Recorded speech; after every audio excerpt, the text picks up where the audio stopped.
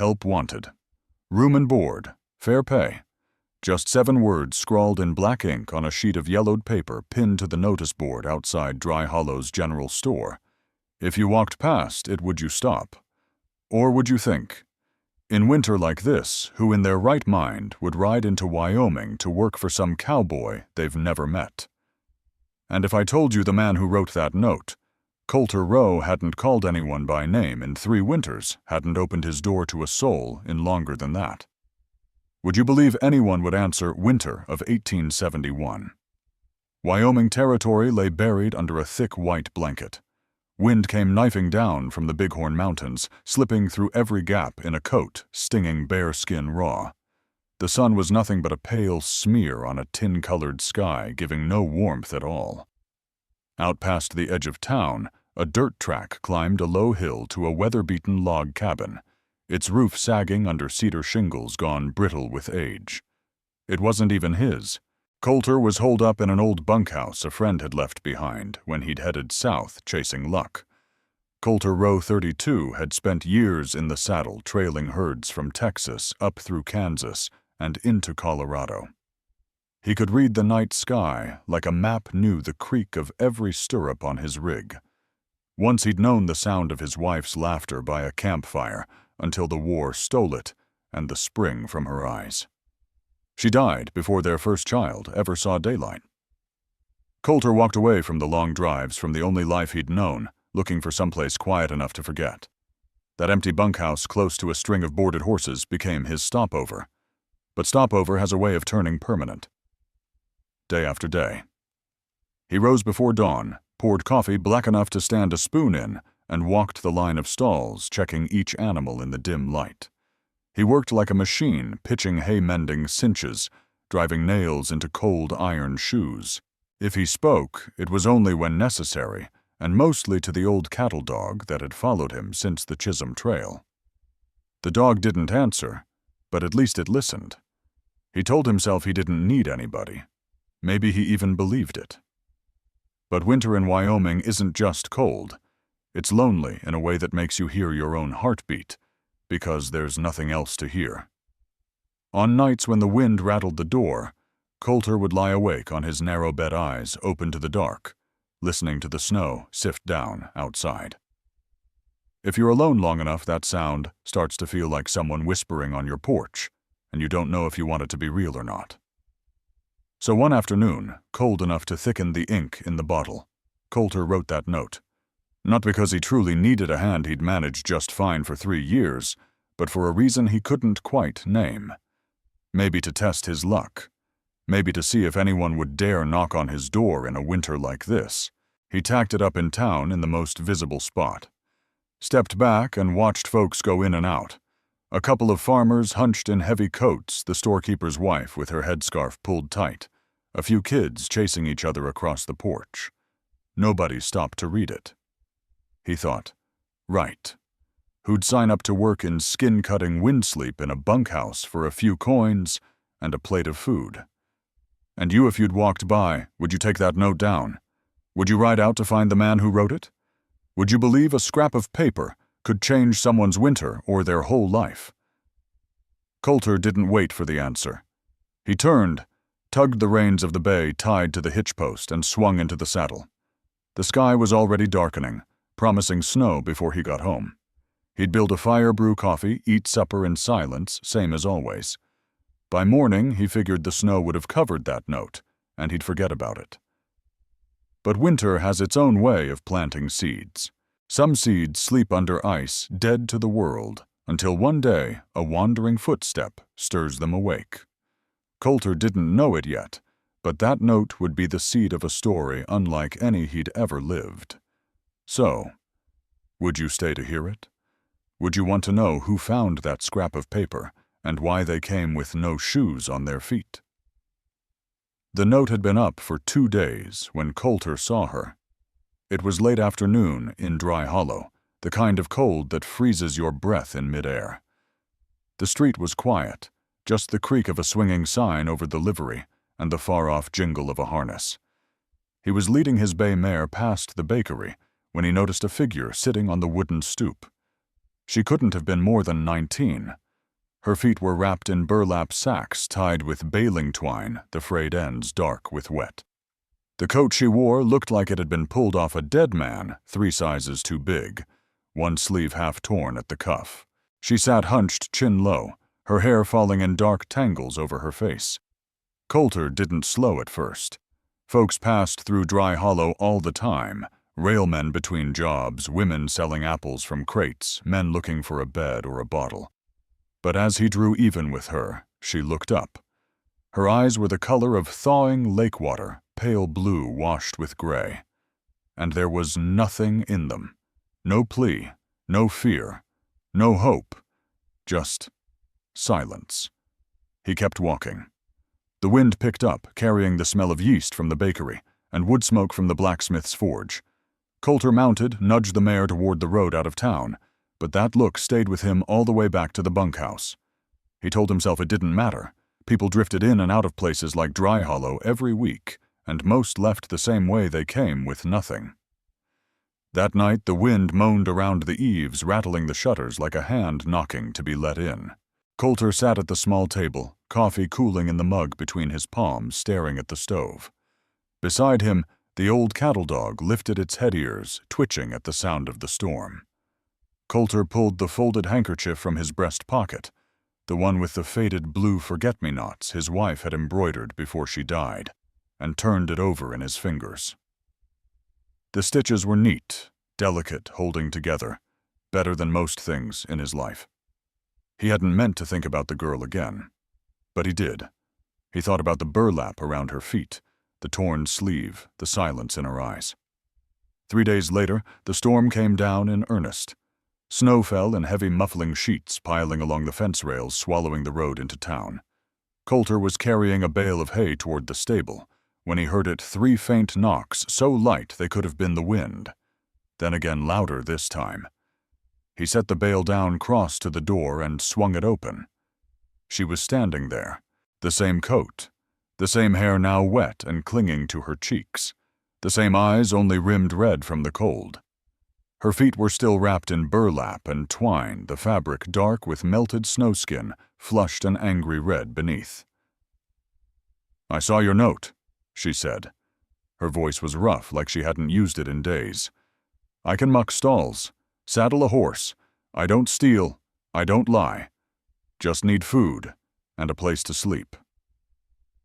Colter studied her for a long moment. Snow swirling between them, the stable lantern casting a soft halo of light over the drift at her boots. She didn't shift her weight or lower her gaze. "What's your name?" he asked at last. "Denise." He let the silence hang between them, another heartbeat. Then he stepped aside. "Get in before your feet freeze solid." She nodded once, a quick jerk of the chin, and stepped past him. The smell of wet wool and cold air followed her inside. Colter shut the door against the storm. That night she bedded down in the stable, curling in a pile of clean straw near the youngest mare. She didn't come into the bunkhouse. She didn't ask questions, and Colter didn't offer any. In the morning he found her outside before dawn, hauling water from the pump in both hands, sleeves rolled up, cheeks raw from the wind. "You don't need to do that," he said flatly. She glanced at him but didn't stop. "I said I'd work. I mean to keep the bargain." Colter gave a short nod and walked away, though he watched her from the corner of his eye the rest of the day. She moved with a kind of quiet precision, every action measured, nothing wasted. She didn't step inside the bunkhouse, not even when the wind screamed through the valley that evening. Colter brought her a bowl of stew, and she took it with both hands, whispering, "Thank you," like it was a word she hadn't spoken in years. That night, when the storm rattled the stable walls, Colter lay in his bunk listening to the wind, and beneath it the slow, steady rhythm of someone else breathing under the same roof. It was the first time in a long while that the place didn't feel entirely empty. And if you were him, 3 winters without another soul under your roof, would you keep her for a day, just until the storm passed?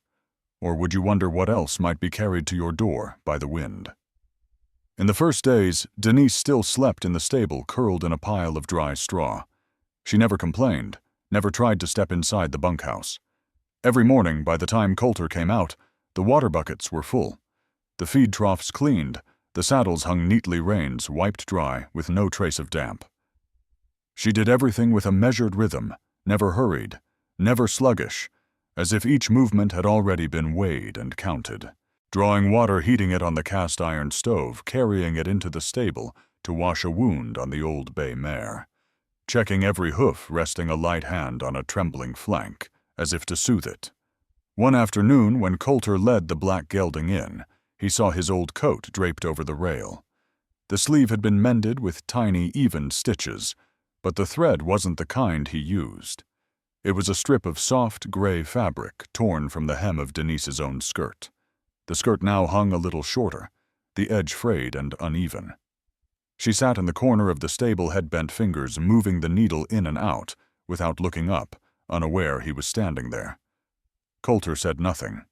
He just unsaddled the horse, hung the gear on its peg, and left, carrying with him the smell of hay and the sound of the wind outside. But something in him had shifted. From then on he watched her more closely. The way she tied a knot neatly with just 2 fingers. The way she crouched to scratch the old cattle dog under the chin, and how the dog, who hadn't trusted anyone but Colter in years, lay still for her touch. The way she stood alone at dusk, eyes on the far mountains, watching the sky turn red and then fade. He didn't ask what she was thinking in those moments, and she didn't ask about his past. But the space between them, little by little, began to close. Then one evening, the storm rolled in earlier than anyone expected. The wind howled like wolves calling to each other across the valley. Colter had just stoked the fire in the bunkhouse when a sudden commotion rose from the stable. The sharp cry of a horse, the pounding of hooves against the stall. He grabbed the lantern and ran. The stable door banged open, wind driving snow straight into his face. Inside, the chestnut mare was in distress. Hind legs drawn up tight, breathing ragged. Denise was already there, kneeling in the straw, bare-handed, her coat tossed aside. "The foal's stuck," she said over the wind. "If we don't get it out now, it'll die." Colter moved toward her, ready to take over, but she shook her head hard. "You hold the light. I'll do it." He dropped to one knee, holding the lantern closer. In its flickering glow, her hands found the tiny legs, gently turning them, easing them free, murmuring words too low to make out, like a lullaby or a prayer. The wind screamed through the gaps, snow clinging to her hair and shoulders, but she didn't stop. A long, labored breath from the mare, and then a soft, wet weight slid onto the straw. The newborn foal, slick and trembling. Denise scooped it up, wiping it clean with the cloth she'd prepared, then set it by its mother's belly. The mare nickered weakly, lowering her head to touch her foal. Denise stayed there, sitting in the straw forehead, resting against the mare's flank, eyes closed, as if she'd just laid down a heavy burden. Colter stood watching, his grip tightening on the lantern handle. In the wavering light, he saw every raw scrape on her hand skin gone pale with cold. Back in the bunkhouse, he didn't say a word, just stirred the fire and laid a thick blanket over the chair by the stove. When Denise came in to fetch more warm water, he nodded toward the chair. "Sit here. Stable's too cold tonight." She looked at him, a flicker of light in her eyes, then nodded. She didn't say thank you, but she wrapped the blanket around her shoulders and sat. Colter turned away, but deep down he knew from the moment she held that foal in her arms, he no longer saw her as an outsider. And you, if you stood in the teeth of a storm and saw someone barehanded saving a fragile life in the freezing dark, could you turn away and leave them out there? That night the snow fell thick, covering the stable roof and clinging white to every window frame. Colter slept lightly, his ears still trained to catch any strange sound from the horses when the wind blew. Around midnight something else pulled him from sleep. Not the horses, not the wind. It was a stifled cry, sharp and short, like someone wounded but trying not to make a sound. He swung his legs out of bed, pulled on his coat, and took up the lantern. A pale yellow beam stretched across the wooden floor as he stepped into the hallway. The sound came from the small room by the kitchen, the one he'd given Denise a few nights earlier to keep her out of the storm. The door was nearly shut, darkness pooling on the other side. Colter pushed it open gently. She was on the floor back to the wall, knees pulled tight to her chest, arms wrapped around them. Her breathing was ragged, eyes open but unfocused. The blanket lay discarded to the side, her loose shirt fallen open enough to expose part of her back. In the lantern light, he saw a scar, long and jagged, starting at her left shoulder and running down toward her spine. It wasn't fresh. The skin was pale and raised the kind of mark that stayed after the flesh had healed, but never forgot. She realized he was there and turned quickly, pulling the shirt closed.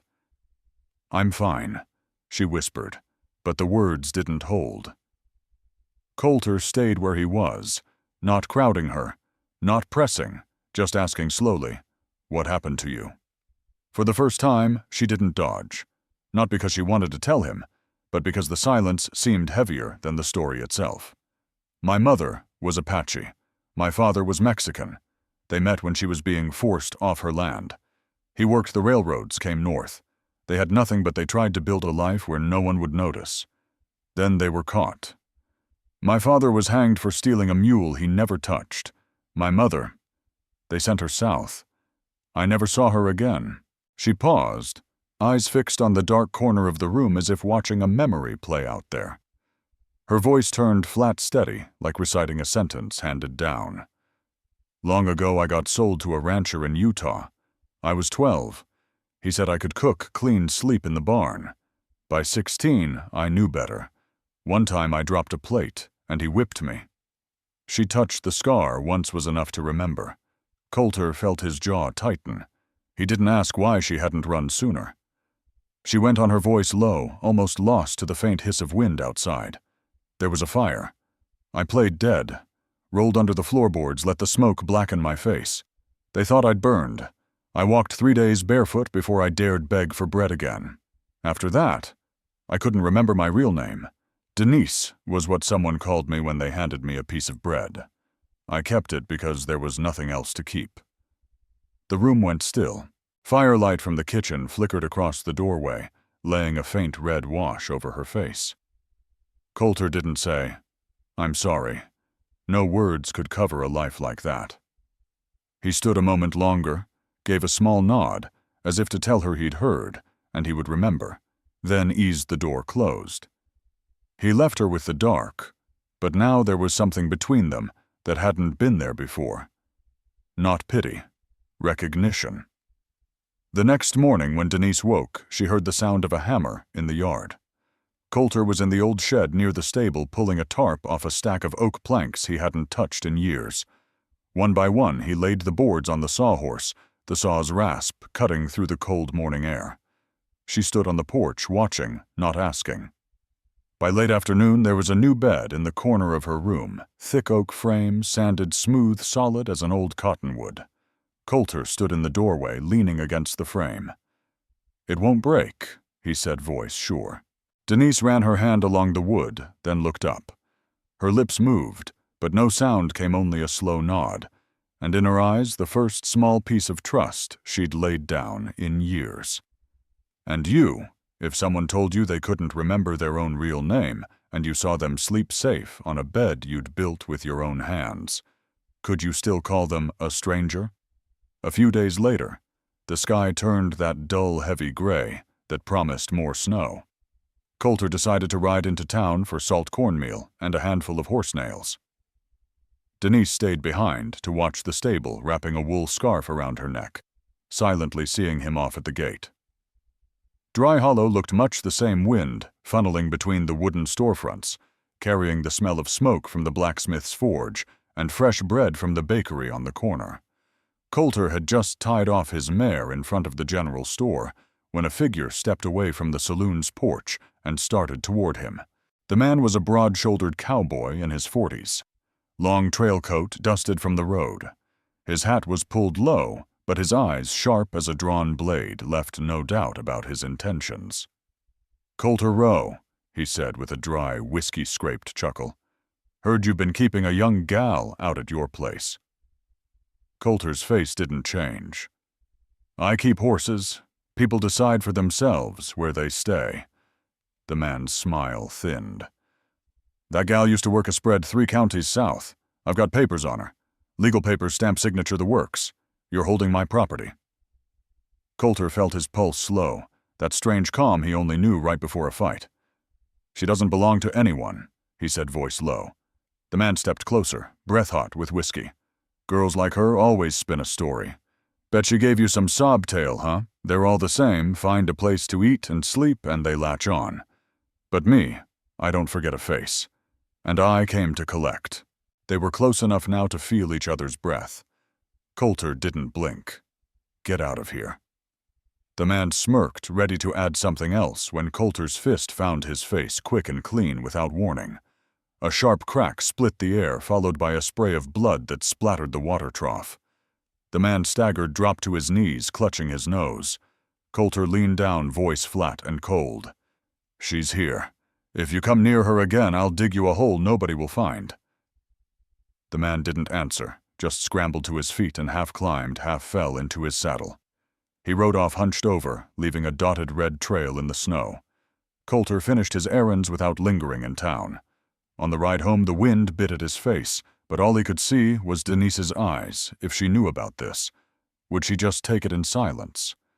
Or would she leave 2 mornings later?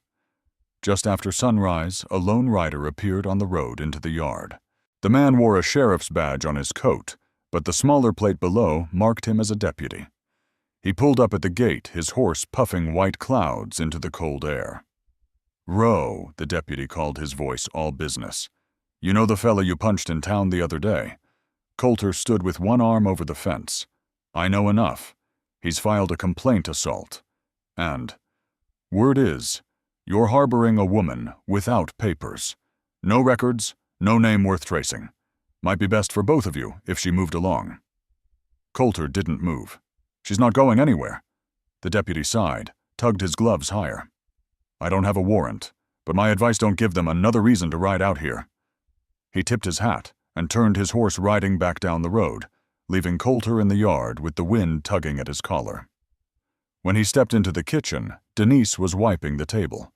She looked up, eyes searching, but Colter only poured himself a cup of coffee and sat across from her. "Might be trouble coming," he said evenly. She didn't flinch. "There always is," she replied, her eyes darkening as if the words were just a truth she'd lived with all her life. And in that moment, Colter realized something snowstorms and hard men weren't the real danger. Losing her was. Losing the quiet, steady warmth that had slipped into the long winter days without him even noticing. And you, if you were Colter, would you let her go to keep the peace or hold on and face whatever came? 2 days after the deputy's visit, the world was wrapped in white silence. Fresh snow had fallen overnight, wiping clean every old track on the road. Colter was up early, stoking the kitchen fire, but Denise was nowhere in sight. He found her by the east fence, arms crossed tight against her chest, eyes fixed on the distant mountains. She still wore that old coat, her breath trailing away in thin white ribbons. "How long you been out here?" he asked. "Since before it got light," she said without turning. A pause, then a slow breath. "I have to go, Colter." He stepped up beside her. "No. Yes." Her voice was low but steady. "You saw it yourself. They've got their eyes on this place. All it'll take is one excuse and they'll find a way to take everything from you. I won't be that excuse." Colter studied her face, dry eyes, but ringed red from lack of sleep. "You're not the reason for anything wrong here. You don't get to decide," that she said, meeting his gaze. "I walked into your life barefoot. People look at me, and all they see is trouble. I've lived long enough to know once they make up their minds, there's no stopping them." The wind slid through the rails, carrying a scatter of loose snowflakes. Colter tightened his collar, feeling her words land like blows on something deep inside. "So where are you gonna go?" he asked, voice lower than usual. "Head south where he's looking for you, Wander. Until—" He left the last part unsaid, but his eyes finished it. "Until you die, somewhere in the cold." "Anywhere," she said. "Better than staying and watching them take everything from you." The silence that followed was heavy. Then Colter turned and went into the house. She stayed at the fence, staring into the white haze. When he came back, he carried an old leather saddlebag. Inside was a wrapped loaf of cornbread, a tin of dried meat, and a small pouch with a few silver coins, everything spare he could give. And one more thing, the handkerchief his late wife had embroidered with blue forget-me-nots, its colors faded from years against his chest. He had kept it 3 winters as a piece of the past he'd never let go. He folded it into the bag, cinched the straps tight, and held it out to her. Denise looked at it as if it weighed more than a saddle. Her hand came up slowly, fingers brushing the cold leather. When she took it, her breath hitched, but she didn't say thank you. She didn't have to. She turned and walked into the fresh snow. Each step crunched in the still air, the sound sharp in the quiet. Colter stood on the porch, watching her shape grow smaller, then vanish into the trees. Inside the kitchen felt twice as big without her. The chair across the table sat empty. The fire still burned, but seemed dimmer. The old dog lay in the corner, lifting its head now and then toward the door, as if expecting her to come back. That night, Colter sat at the table with the lamp, throwing a dull yellow ring around a cup he hadn't touched. Outside, the snow fell in silence, each flake seeming to try and fill the space she'd left. But the more it fell, the clearer that space became. He thought of the first morning he saw her in ragged clothes' eyes, like frozen water, reflecting nothing but the gray sky. Thought of her bare hands bringing a foal into the world in the teeth of a storm. Thought of the scar across her back, and the words, "I can't remember my real name anymore." Now there was only the wind slipping through the cracks, and a cold hollow quiet pressing on his chest. And you, if you were Colter, would you leave that emptiness to become part of this winter? Or would you go after it, no matter how far you had to ride? Winter after she left was nothing like the quiet, familiar cold Colter had known before. It wasn't just the wind biting at the eaves or the snow piling against the barn. It was heavier, the kind that seeped into a man's bones and stayed there. He still rose before dawn, still brewed his coffee black, and bitter still walked out to the corral every morning. But every movement was slow or hollow, like he was just a shadow of himself. The horses got fed late. Sometimes the troughs sat empty for half the day. A few fence posts leaned at the far east line, and he left them that way for a week. When the wind rattled through gaps in the barn roof, he didn't bother climbing up to fix them. In the kitchen, the chair across from him stayed empty. There were no quiet footsteps outside, no soft clink of a water bucket on the porch. The old dog lay by the stove, head down, ears flat, it seemed. Even he knew the person he'd been waiting for wasn't coming back.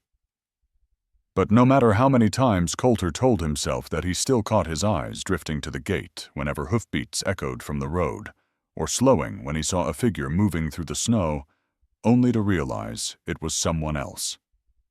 Then one pale gray afternoon, with wind pressing down from the valley ahead of another storm, he heard it 3 knocks on the door. So soft he could have sworn it was just the wind catching the boards. Colter opened the door. She was there, Denise. Hair tangled and wind-blown, eyes rimmed, red lips cracked. She wore the same ragged coat she'd had the first day he saw her. Her feet were wrapped in torn cloth and twine, the skin beneath flushed red from the cold. "I tried," she began, her voice trembling. "I went south, found work in a kitchen a couple counties over. But every night, I'd look at the floor and wish it was the one here. I tried to forget. Tried to be no one. But I couldn't, because no one ever called me by my name the way you did." She faltered, drew in a shaky breath. "I don't know who I am, but I know I'm nothing, if I'm not here." Colter didn't answer. He stepped forward, catching her when her knees nearly gave. He pulled her inside, shutting the door against the knife-edge wind. He didn't take her to the kitchen first. He led her straight to the small bunkhouse by the barn, the place that had been hers from the start. Not to hide her, but because it was the one place that had ever truly belonged to her. He set her down, wrapped a blanket around her shoulders, then knelt by the small stove and coaxed a fire to life. The light flickered across her face as he sat beside her and took her hands into his. They were cold to the bone, skin cracked and stiff, but his rough palms closed around them, steady and warm. They stayed that way for a long while. No apology, no questions. Just the slow spread of heat from skin to skin, the sharp pop of burning wood, and the feeling that something lost had finally come home. Outside, the wind still swept across the yard, carrying a long, lonesome howl from the pines. But inside that little room, warmth pushed back the cold that had weighed on the place for weeks. Colter knew the moment he saw her framed in the doorway that this winter would be different.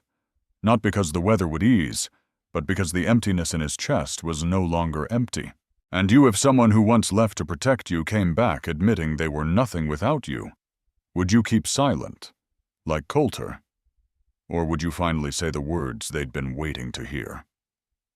By the time winter loosened its grip, the world around Colter's place was already changing.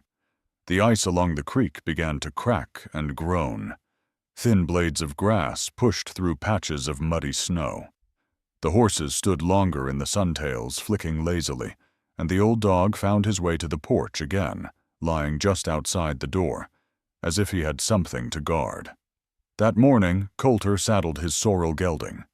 He said nothing when Denise stepped out with the boots he'd made her laced snug on her feet. Her coat was still patched and worn, but the way she carried herself was different.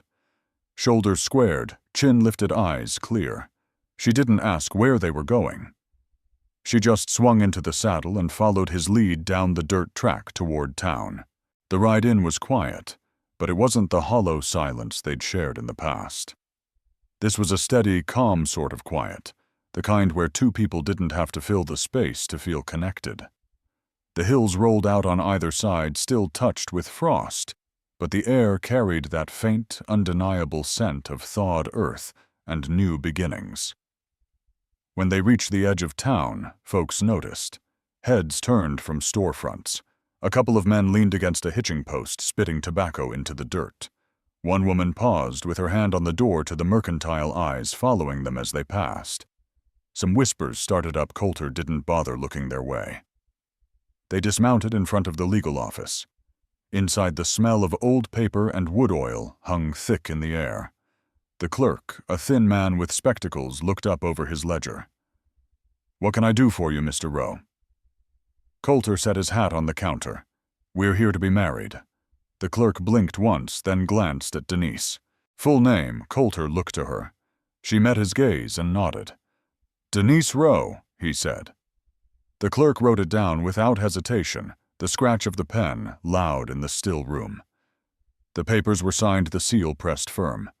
Just like that, the name was hers, legal, unshakable. No one could take it from her now. By the time they stepped outside, the word had already begun to travel down Main Street. The same mouths that once called her wild blood or whispered about her sleeping at a cowboy's bunkhouse now muttered in low voices behind cupped hands. But when Colter and Denise walked past hand in hand, neither of them looked away. Not long after, word came from a neighboring county. The drifter who once claimed to own her had been jailed on a string of charges: cattle theft, assault, worse. Any supposed claim he'd had was gone for good. Spring took hold quickly after that. The days grew longer, the air sweeter. One Sunday morning, with no preacher called, no invitations sent, and no chairs lined up, Colter saddled the horses and told Denise to wear the white dress she'd been working on for weeks. They rode out to a wide-open flat of land a few miles from the ranch, a spot where the trail herds used to camp, where the grass always grew thick after the rains. That spring, it was covered in wildflowers, yellow, purple, white, swaying under the breeze.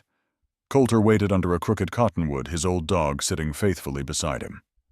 Denise walked toward him, barefoot, her dress simple hem swaying around her ankles, hair loose down her back. She stepped between the flowers without hurrying, as though each step was a promise. When she reached him, he took both her hands in his. "I don't have a ring," he said quietly. "I never needed one," she replied. There were no vows spoken for anyone else to hear, no formal words, just the steady way they stood hand in hand, the wind moving through the flowers around them. That was their wedding, nothing more and nothing less. Afterward, they sat in the grass, passing bread and apples back and forth, laughing about nothing in particular. They didn't speak of the past or the people who had tried to come between them. They didn't need to. That evening, the sun dipped low over the hills, painting the sky in gold and soft rose. Denise stood on the porch looking out at the corral where the saddles hung in the warm air, their leather catching the last light. Colter came up behind her arm, sliding around her waist. "You warm enough?" he asked. She leaned into him, eyes still on the horizon. "I'm home," she said. And that was the truth of it. A man who'd lost everything and a woman who'd come to him with nothing but bare feet and silence. Together they'd built something. No winter, no gossip, no man could take away. Now here's where I turn to you folks listening to this story by the fire.